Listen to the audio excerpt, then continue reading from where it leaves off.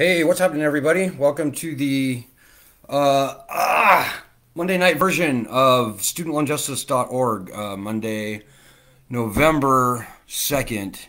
Tomorrow is the election. Thank goodness.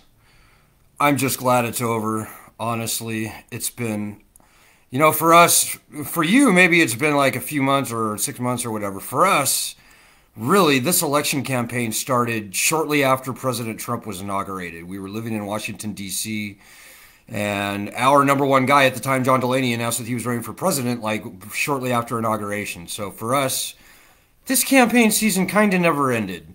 But I'm very happy to tell you now here today that we really changed this election, folks. And by the way, if you're new, welcome. We're glad you found us. We're the oldest, largest, and really only legitimate citizens group actually fighting for student loan justice. Now, for the first 15 years, long years of our existence, we were fighting very moderately for the return of bankruptcy protections to student loans. But, dudes, this lending system is now failed. Like, by every reasonable metric or measure, this lending system is failed. And these loans truly have to be canceled. That's it. The lending system has gone, it's not savable. It's gone over the cliff, over the falls, if you will. Hey, and by the way, if you have any questions or comments, feel free to throw them out. I'm very happy to respond to them in stream. So here we are, finally, tomorrow, at long last is the election. Unfortunately, we couldn't endorse either of the major party candidates. The only party that we could endorse this time around was the Green Party. And if you're a big Biden person, that should be very concerning to you, by the way, because same thing happened 4 years ago. You know, we got a little closer with Biden, I will say. But he didn't do the minimum thing that we really, really needed him to do, which is to emulate Elizabeth Warren, who did do what we wanted her to do, and Bernie Sanders, and pledge at a minimum that she would return bankruptcy protections to student loans by executive order. Now, that's very important, folks, because we cannot trust Congress to pass ping pong ball out of a paper bag. It just isn't going to happen. Congress is not going to solve this problem. It's impossible. They're not going to pass a law that raises $1 or $2 trillion to pay for student loan cancellation, which is an absurd thought in the first place, because 85% of all federal student loans, the taxpayers already paid for those loans. There's no good reason for them to pay twice. But suffice it to say, Congress is not going to pass that law. And whatever they do pass will wind up being a watered-down, clunky, strings-attached mishmash, much like we already have. We've got several loan cancellation, call it forgiveness or cancellation. I call it cancellation. Other people call it forgiveness. I think cancellation is a more appropriate word at this point because we haven't done anything to feel sorry for. But we've got any number of loan cancellation programs already in place. And 99% of all the people who are trying for them are not getting them, because the Department of Education has no desire or intentions of canceling any loans. And also, by the way, few people realize, Congress has to appropriate money to cancel these loans. For every dollar in loans canceled by Congress, they have to raise a dollar. So take it from other programs, raise taxes, what have you. And so it's just it's a pipe dream. It's a non-starter to say that Congress will be canceling loans. So, however, by executive order, and by the way, Congress, in the 15 years we've been doing this, couldn't even find a way to pass the return of bankruptcy protections. So, getting an executive order to return bankruptcy was our minimum threshold to endorse a candidate. That's why we really wanted either Elizabeth Warren or Bernie Sanders to get this nomination. It would have really helped. But here's what we did do, and we really changed this election, folks. I mean, really changed this election.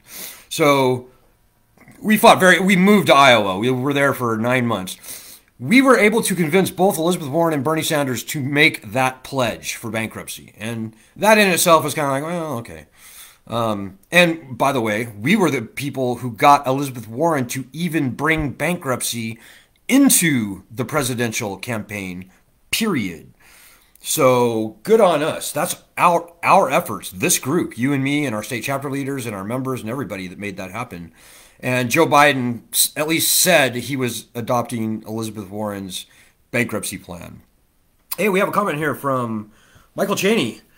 Hi, refinanced my loans, paid $20,000 in interest, got to deduct $2,000 interest, not paying my loans till I get to take the other $18,000 out of my taxes. Yeah, sounds like you have private loans, Michael. And you raise a very interesting point. First of all, we don't give advice on the site. We just don't do it. The lending system is failed catastrophically.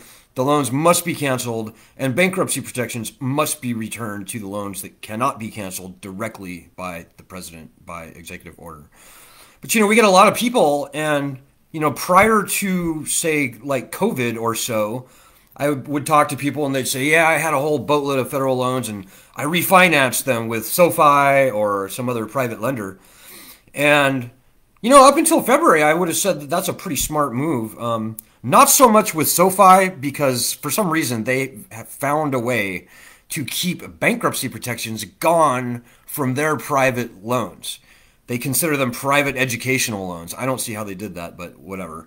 But just going to a bank and getting a home mortgage refinance and paying off your loans on your own, that was kind of a smart thing to do. Not because you're necessarily getting a savings in interest, but rather because that would at least guarantee you the same consumer protections that every other borrower enjoys for every other type of loan. So in general, I'd be like, yeah, good job. I hope you got a good deal on interest, and typically they did, so that's good. But folks, I'm here to tell you this is a catastrophically failed lending system now. Certainly the federal lending system is toast. It's done. Put a fork in it. So, and as I said, we don't give advice, but the president does not have the ability to cancel private student loans or loans that are not owned directly by the federal government by executive order. So where before I would have been like, yeah, that was a great move, pretty much a no-brainer, glad you were able to do it, good job. Now, I have to be quiet because we don't know. We don't know how this is going to go.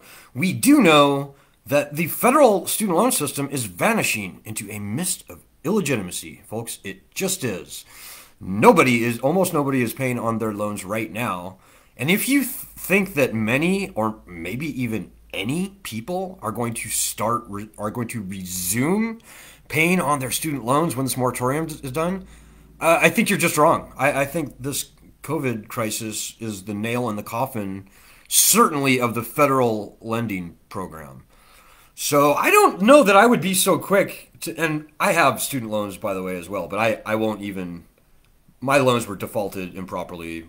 I've got my own little personal tale, but I will not even touch my loans until, at a minimum, we get the bankruptcy protections returned to student loans that should have never been taken away. So I'm kind of out of the game.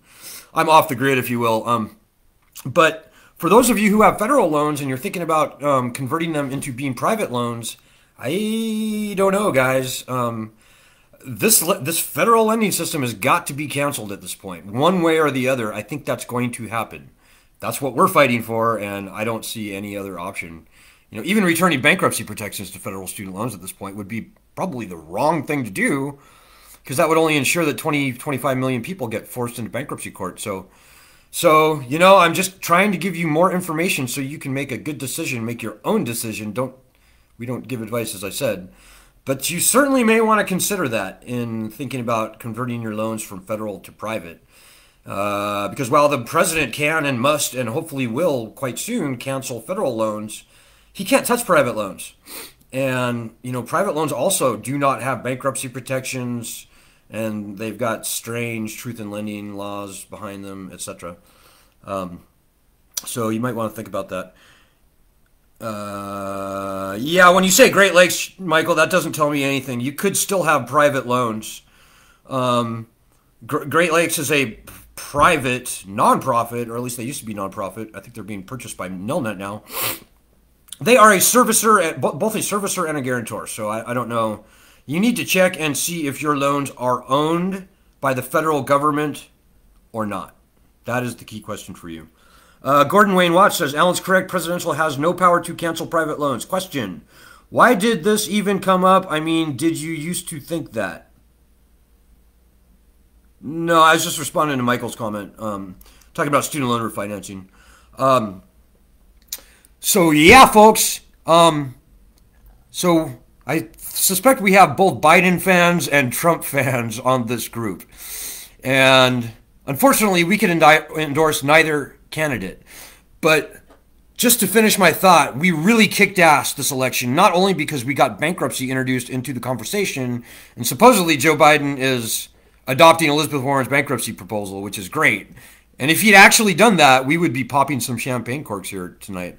But probably what's most important is that we were the lone voice in the wilderness calling for the presidential cancellation of student loans. As of like a year ago, we were like, hey, bankruptcy is great, but you know, the president can cancel all federally owned student loans, which is 85% of all student loans, by executive order. And he can do it without needing congressional approval, without needing congressional appropriation, in other words, without having to pay for anything, and without adding one penny to the national debt. And at this point in time, that is really the only viable way to solve this problem, folks. I'm not kidding you. There is no better way to stimulate the economy, number one. Here we are in COVID. Here we are throwing PPP loans out into the country, $500 billion or probably $1 trillion in loans to businesses that don't have to be paid back, and which, oh, by the way, also add to the national debt. So that's maybe a good way to stimulate the economy, but it certainly isn't a good way to save money. Canceling all federal student loans by executive order is exactly and the only good, cheap, expedient, easy, and I would say best targeted way to stimulate the economy without killing the taxpayer in increasing the national debt. So here we are in COVID. We've been calling for this for over a year now, since well before COVID. We've been a voice in the wilderness, by the way. But I'm very happy to tell you, and this is the most important thing we got done this year. 5 weeks ago, Elizabeth Warren and Chuck Schumer, I'm not going to say stole our idea, but really they kind of stole our idea. They appropriated our idea, and they introduced a Senate resolution calling on the president to cancel student loans by executive order. So, good on us. Now, having said that, their proposal was just nonsense. They were calling for up to $50,000 in loan cancellation, which is just stupid in the first place. Could mean anything. And there also was some racially divisive rhetoric built into their resolution. So in other words, the resolution was never serious. It was really just a political thing. I think more than anything, they wanted to scare the Republicans off of the concept. And on that, I would say they were pretty successful, right? I mean, President Trump never responded, never reacted, yay or nay. So the Democrats were very successful in sort of capturing the flag on our concept. So however it may play out, it's a good thing on balance. And don't forget, folks, that started right here with me and you and this group. Hey, Gordon has another comment. We need to tell lawmakers and the president what needs to be done to avoid getting a breakdown on the next election and avoid a crash of the dollar. Yeah, we've been around and around about this, Gordon, in the past. I don't see the dollar crashing one way or the other as a result of this problem. This is a federal lending system that is by and large stovepiped off from other sectors of the economy. That's one of the good things certainly about federal student loans, which are 85% of all student loan debt. So I don't see that as a big deal. Also, folks, and this is maybe the more important point I'll make tonight, is we don't really need Congress. The only thing we need Congress for is to repeal the bankruptcy code and make student loans dischargeable in bankruptcy like they should have always been. We need Congress for that. That is true. An executive order returning bankruptcy is a little bit of a dicey proposition. Doesn't affect private student loans, by the way. So, yeah, we need Congress to return bankruptcy protections to student loans for all the loans that the president can't cancel by executive order directly. But that's pretty much all we need Congress for, folks. As I said, Congress cannot, will not, is not going to cancel student loans. Whatever ridiculous loan cancellation program they might vote in will never work. It will fail. It will be lame. It will suck, just like all the other existing loan cancellation programs. So in many ways, folks, we're done with Congress. And good riddance, quite frankly. You know, we've been screwed around by Congress for 15 years now. And to be done with those assholes, pardon my French, is kind of a good place to be. The Republicans were terrible, just against us totally. But, you know, the Democrats were not much better. And we're done pushing the candidates. We quit pushing the candidates like on Friday or Saturday. So, and most of the votes have been cast. So, you know, everybody, you can all take off your partisan hat tonight, and we can talk truth about what we can expect. If Donald Trump wins this election, we can't expect anything, just nothing. If Joe Biden wins this election, we really can't expect anything, folks. We can expect some hopey, changey rhetoric, much like Obama did for 8 years. But as far as real change, as it stands now, there's no good reason to expect that Biden will do anything for us. Unless he is pushed by us, like really hard. And that same comment goes for President Trump. So pretty much whoever wins tomorrow, guys, we're still kind of screwed. We are. But at least we know we're screwed and we know what we're up against. And so going forward after whenever they announce this election results, we need to triple down our efforts to reach out and find, first of all, the 55 million people who vote in the country who either have student loans or are co-signed on them. But the most important subset of that group is the 80% of that group who were never going to be able to repay their loans even before the election. That's really important. These people are losing sleep over their loans, and they absolutely need to know about this group because we are it, folks. We're the only group in existence fighting for actual, real loan cancellation. We need to find them. So getting our petition, which you can see the link to probably over there or maybe down there, getting that petition up to proportions more appropriate to the size of this problem is what we have to do. And I'm talking like I would love to get 5 to 10 million signatures on that petition as quickly after the election as possible. Now, that may sound like, whoa, are you kidding me? That's crazy. That would like break records for petitions on change.org and stuff.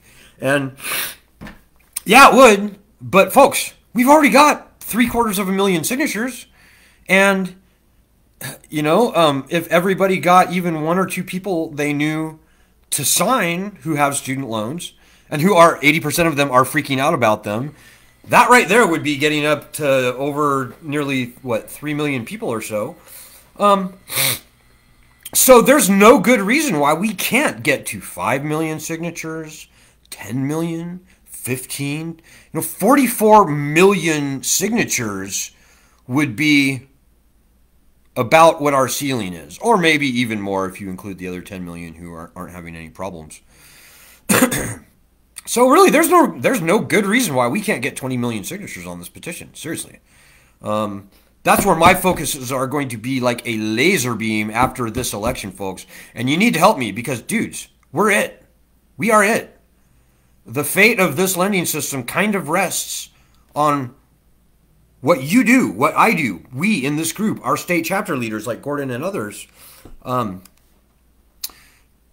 it's very important, guys. These are your loans. This is your problem. And we're in a great position. As I said, we kicked ass this election season. This is a very different presidential election because of our efforts and only because of our efforts. I'm not kidding you. It's really good. The Chuck Warren, Elizabeth Schumer Senate resolution, whether you realize it or not, is probably the most important thing that we did that happened as a result of our efforts because it validates our strategy. And that was kind of a big deal. There were a lot of swamp people who were saying, oh, no, the president can't cancel loans by executive order. That's just ridiculous. No, he can't do it because this lame reason, that lame reason. Well, having Elizabeth Warren, Chuck Schumer, and a dozen other senators come out and say, oh, yes, the president can cancel loans, that helps us a lot. I mean, I knew that he could in the first. We researched this very carefully and thoroughly, so there's never a doubt in my mind that he could do it. But just having people in high places echo our argument is very important. So election predictions. I just want to maybe get this out here, folks. I said weeks ago. I don't see a way that President Trump can win this election, not because all the stuff you're seeing on TV and all that stuff. No.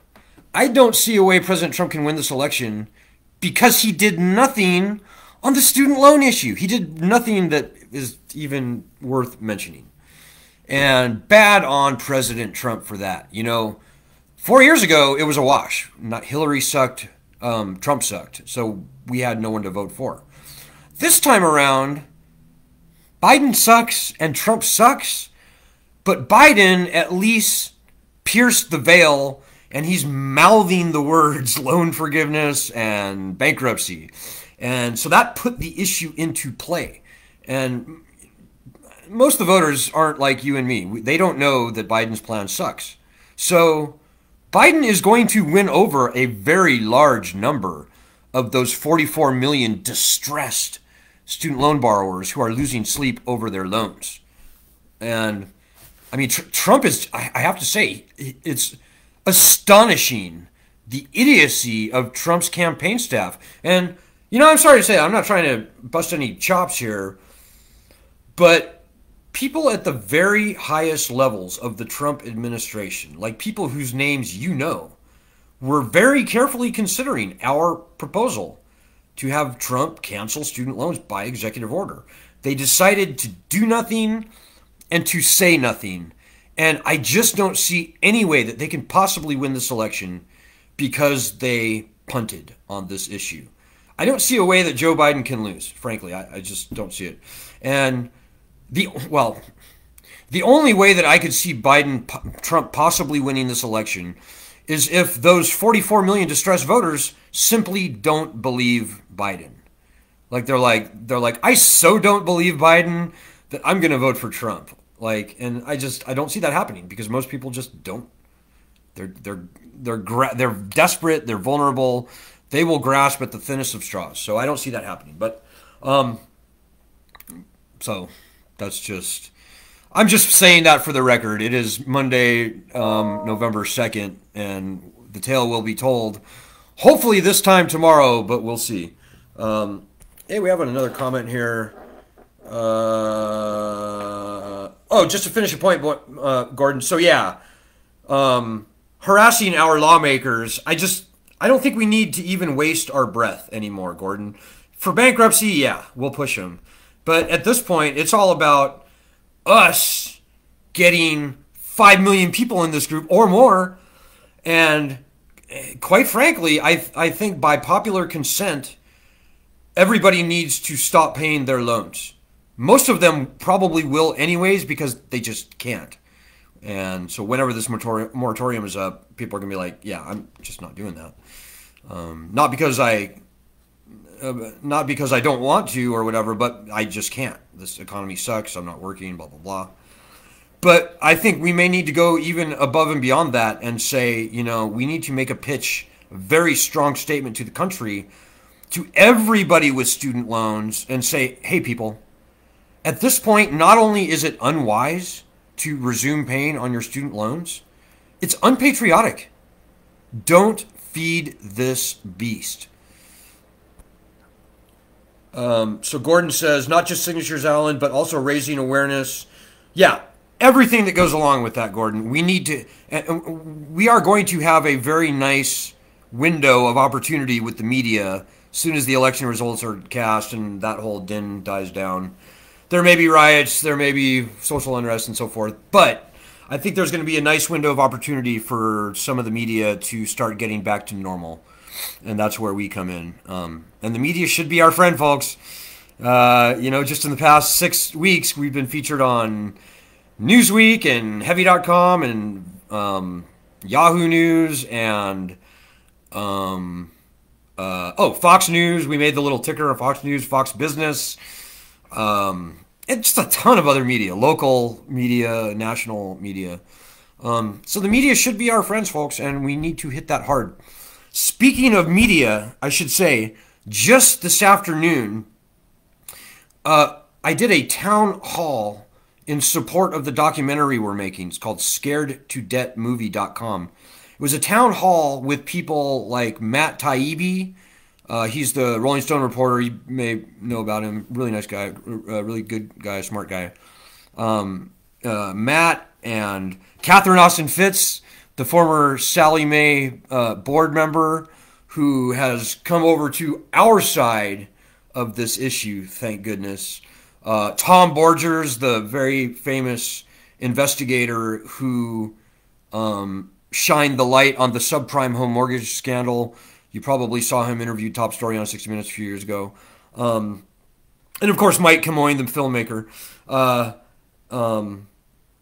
So it was a really good town hall. And it's going to be published it's going to be aired on November 20th. You all are going to really like it. And by the way, let me just put a quick plug in to scaredtodebtmovie.com or down there, scaredtodebtmovie.com. We're producing. Mike is producing this film in a pretty unconventional way. We're going for big executive producer type funding, but we're also crowdfunding this thing. And so, by all means, if you have any expendable money worth investing, definitely support this film. We don't need a whole lot to get it done. Well, in our little economy, it's a huge amount that we need to raise, like $250,000, which is just a ton. By our very austere measures. But by filmmaking measures, that's really not that much. So anything that you can do to chip in, please do it. Scaredtodebtmovie.com. And I'm telling you, you guys are going to love this film. And you're going to love this town hall, too. Matt was a great moderator. Also, and some other people there. You'll see it. So I see some other comments there. I don't see anything that really rises to the level that I can really comment. A lot of partisan politicking going on the page, I can see, Gordon. So everybody's got their wishes, dreams, thoughts, and predictions about who's going to win tomorrow. I've given you mine, so other people have given you theirs. But let me just finish tonight by saying, whichever way this election goes, folks, we have our work cut out for us. We have our marching orders. This group is the group that is going to solve this problem. Don't forget that. There are a lot of other people calling for loan cancellation, and all of their plans suck. All of the other plans require Congress. That's nonsense for the reasons I mentioned. This group is where it's at. Tell everyone you know with student loans about this group, about our petition. Do everything you can tonight, tomorrow, and ad infinitum, or at least until we solve this problem, to spread the word about this petition. That's maybe the most important thing I'll say. So, okay, folks. I think I'm just gonna leave it there at that. We could do this for hours. I love it, but let's cut it short for tonight. Thanks everybody who joined us. Again, we do these live streams almost every night. If you're watching on YouTube, I'm sorry. It's not live on YouTube. You can come to our Facebook group, facebook.com/groups/ SLJ group if you want to participate in person. And we're glad to have you. It's usually a pretty fun give and take here. And as I said, guys, we're it. We are it. I kind of wish we weren't it. I wish there was other people, other groups fighting for the right thing like we are, the only thing that can solve this problem. But it is what it is. So tell a friend, take this problem seriously. Get ready to really help us. Like, get off the couch, because this problem will absolutely not get solved until you sitting there actually get up and help us. This is the way democracy works. This is the way it's always worked. Oppressed peoples have always had to fight for every inch of whatever they've gotten. It was never given to them. They've always had to fight, and so too is that true for us here today. But good luck. Have a great night. Let's strap it on. Godspeed. And God bless everybody.